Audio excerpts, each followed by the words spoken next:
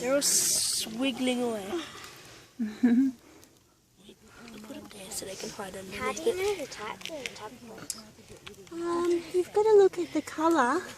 What's the orange ones The mean? colour, the size. Oh, there's a tadpole with black stripes and white on it. Sometimes each one's got different tails. Because I said that one had an orange tail. I'm just lifting rocks to see where they're at.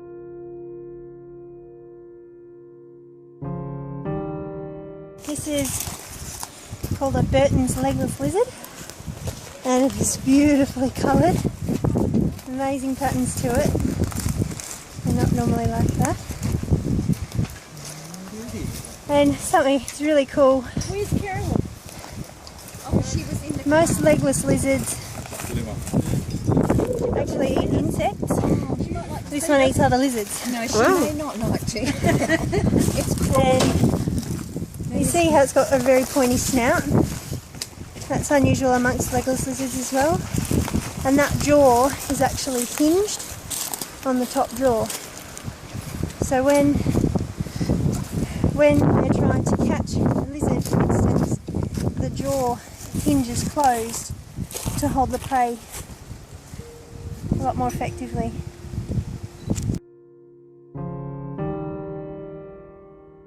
So we're just in the middle of our Hands for Earth clean-up, and just in amongst some of this rubbish we found something just to highlight some of the potential threats to our wildlife that this existing rubbish finds. Just here is a fresh footprint for a wallaby or a kangaroo or whatnot, just right next to this tin here, and we can see just the fur that this piece of tin has picked up, and it could have potentially cut this kangaroo's leg.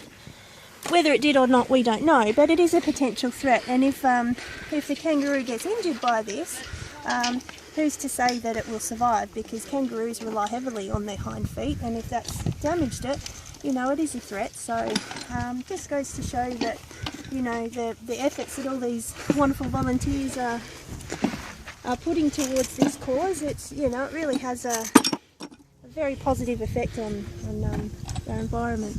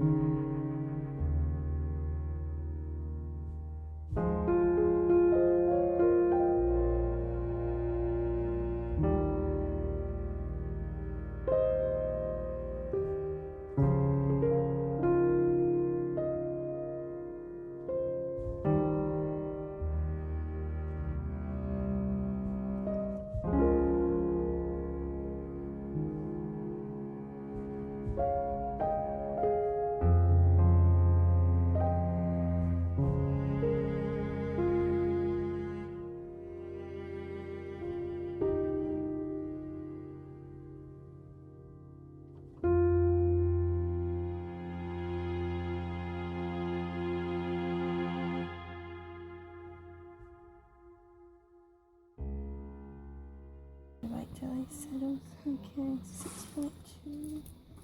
Okay. Measuring. Like this. Like this. Look out there. Look out there.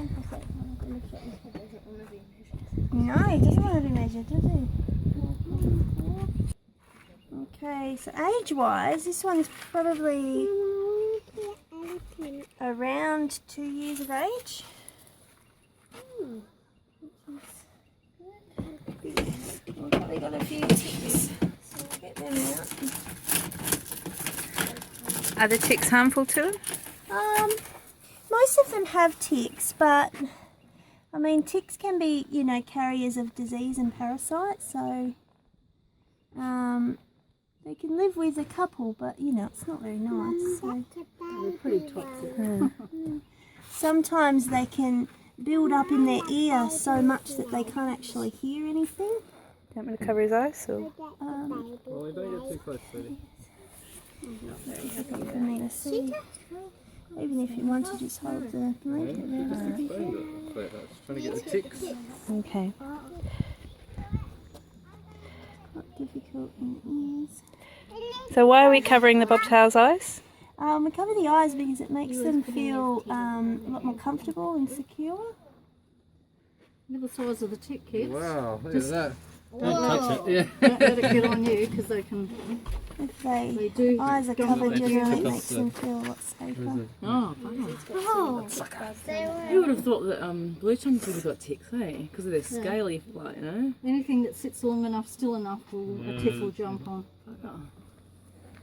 Wow. And they're full of blood. That's good because you're helping it out then before you put it back as well. Yum. Have we look at the big goat? They look like the water. They get thirsty just like us. And when people say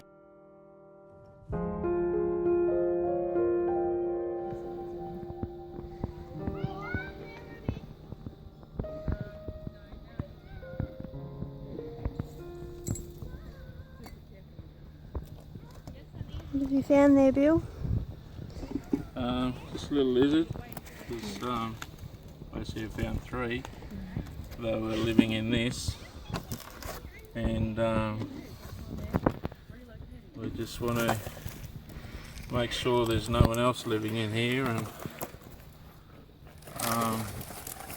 try and relocate the ones that we found. Cherie's got one there. Yeah, so I've got a little Datella gecko in my hand. We found 3 of them in this dump here, and it's one of the challenges that we face because, as you can see, as you'll have seen in the rest of the video, this is a particularly disgusting spot. There's loads of glass and loads of tins, and the animals have adapted. So you've got animals living here in the rubbish. So one of the important things that we need to do now is we've got to clean it up because they can't be living in the rubbish. But because it's become part of their shelter and part of their home, when we relocate the animals, we need to recreate that for them so that they're not suddenly homeless or exposed to the elements or exposed to predators because we've tried to help. Releasing them, we like to release them as close to the area as possible. The bobtail, he's probably got a home range of probably about 2 acres or so. So as long as we're in the rough area, then we're okay.